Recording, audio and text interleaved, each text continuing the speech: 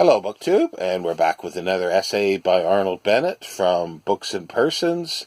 It's a collection that was published in 1917 by Channel Windus of Arnold Bennett's articles that appeared in the New Age, but he wrote them under a pseudonym called Jacob Thompson from 1908 to 1911. And he has the subtitle of the book being Comments on a Past Epic, but I find that they're not really that past. The comments and issues that he's dealing with have reoccurred more than once during the past 100 years, and we can see some of the parallels today. And the one I'm going to read today is called The Sevenpennies, and it's very much relevant, I think, today as it was then. And it was originally published on 29th of April, 1909. Some time ago, a meeting, henceforward historic, took place between Mr. Longman, Mr. Macmillan, Mr. Reginald Smith, and Mr. Methuen, and Mr. Hutchinson. And he has a footnote here stating that all baronets or knights now except Reginald Smith, who is dead. One of the one part, and Mr. Bernard Shaw, Mr. Maurice Hewlett, and Mr. Anthony Hope of the other part. Mr. Longman was the host, and the encounter must have been touching. I would have given a complete set of the works of Mrs. Humphrey Ward to have been invisibly present. The publishers had invited the authors, who represented the Authors' Society, with the object of dissuading them from allowing their books to be reprinted at the price of 7 pence. Naturally, the publishers, as always, were actuated by a pure desire for the welfare of authors. Messrs. Shaw, Hewlett, and Hope have written an official account of their impressions of the great 7-penny question, and it appears in the current number of the Author. It is amusing. The most amusing aspect of the whole affair is the mere fact that one solitary Scotch firm, Nilsson's, has forced the mandarins, nay, the arch-mandarins, of the trade to cry out that the shoe is pinching. For the supreme convention of life on the Mandrake Plain is that the shoe never pinches. The publishers made one very true statement to the authors, namely, the 7-penny editions give the public the impression that 6 shillings is an excessive price for a novel. Well, it is. But is that the reason for abolishing the 7-penny? The other statements of the publishers were chiefly absurd.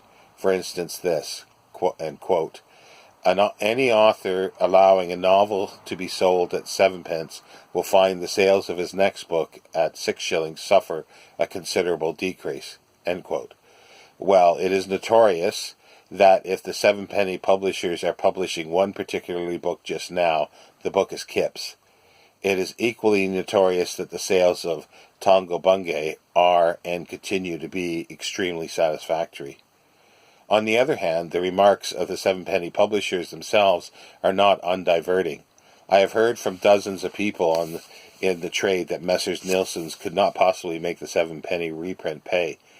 I have never believed the statement, but the Shaw and Company report makes Messrs. Nilsson give as one reason for not abandoning the 7-penny enterprise the fact that, to quote, the machinery already in existence is too costly to be abandoned, end quote. Which involves the novel maxim that a loss may be too big to be cut. Where their amazing factory 10 times as large as it actually is, Messrs. Nilsson's would have to put it to other uses in face of a regular loss on their 7 pennies. However, there is no doubt in my mind that the enterprise is and will be ruminative. The Shaw and Company report is of the same view. Did the mandarins imagine that they were going to stop the 7-penny? That anything could stop it? I suppose they did. More agreeably comic than the attitude and the arguments of the publishers are the attitude and arguments of the booksellers. But the largest firms, Smith & Son and Wyman's, quote, do not find that the 7-penny has interrupted with the 6-shilling novel, end quote. Be it noted that Smith & Son are now the largest buyers of 6-shilling novels in England. In the Shaw and Company report, it is arguments in the arguments of publishers, in the arguments of booksellers, not a word about the interests of the customer. Yet the customer will settle the affair ultimately. That the price of new novels will come down is absolutely certain. It will come down because it is ridiculous and no mandrake efforts can keep it up. In the process of readjustment, many people will temporarily suffer and a few people will be annihilated. But things are not what they are. But things are what they are, and the consequences of them will be what they will be. Why, therefore, should we be decisive ourselves? Why, therefore, should we deceive ourselves? I quite expect to suffer myself. I shall not, however, complain of the cosmic movement. The actuary report, which, by the way, is full of common sense, envisions immense changes in the book market. I agree, and I am sure that these changes will come about in the teeth of violent opposition from both publishers and booksellers. The book market is growing steadily. It is enormous compared to what it used to be, and yet it is only in its infancy. The inhabitants of this country have scarcely even begun to buy books. Wait a few years, and you will see. So there ends another essay. Well, I'm calling them essays, but they were articles, and they were, some of them were simply reviews.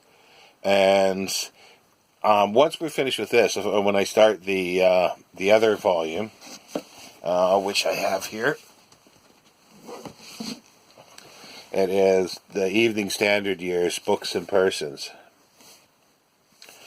1926 to 1931, edited with an introduction by Andrew Milet.